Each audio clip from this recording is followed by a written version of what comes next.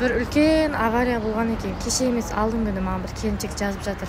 Бір машина авария болып, қатты скоростьпен ұшып келе жатқан екен.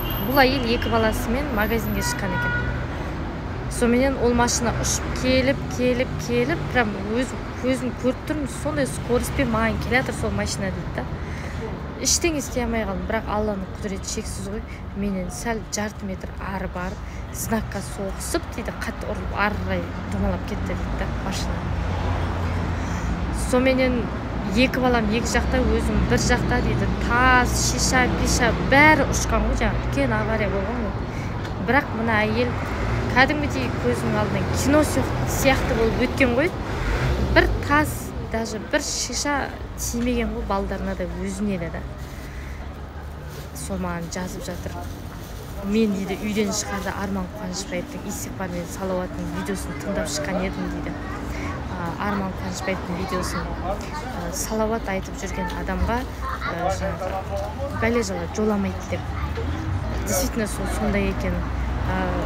Үйге келіп кәдімгідей шүкіршілік таныттым Аллаға дейді. Сәлақ қалдым мен. Балам үшеумізде кететін едік сол жерде деп маған жазып жатыр. Алланың құдіреті шексіз. Мен ананы өзім елестетіп көрдім. О жерде мені қимылдай алмас едім. Какой-то бір секундтар мысалға да разгонмен қандай скоростьпен келе жатыр машинада. Әшейін мұжат та кетеді сен. Бәле жала ажал деген ол аяқ астынан. Көрдіңіздер ме? Ол да ескерту да негізінде бізге келген. Сондықтан бұл келіншек жазып жатыр. Өткенде осының алдында жазған.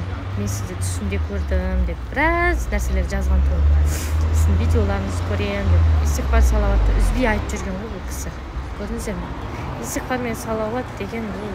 Истиғфар деген Алладан кешірім сұрауы бәріміз білеміз. Астағфируллах, Аллах тағала мені кешіре гөр. Астағфируллах ва атубу илейх, Аллах тағала мені кешіре гөр, мен саған тәубе етем. Күнәларым үшін тәубе етем деген мағынаны білдіреді. Ал салауат деген Аллахумма солли аля Мухаммадин ва аля али Мухаммад. Аллах тағала Мұхаммед пайғамбарымыз саллаллаху алейхи вассаламға сенің игілігімен сәлемі берекетін болсын деген мағынаны білдіреді. Жалпы салауат айтып жүру азаннан кешке дейін кәдімгідей өміріңізде ризық алып келіп, истиғфар айтып жүрсеңіз, кәдімгідей күш-жігеріңіз, мынау иманыңыз күшейеді.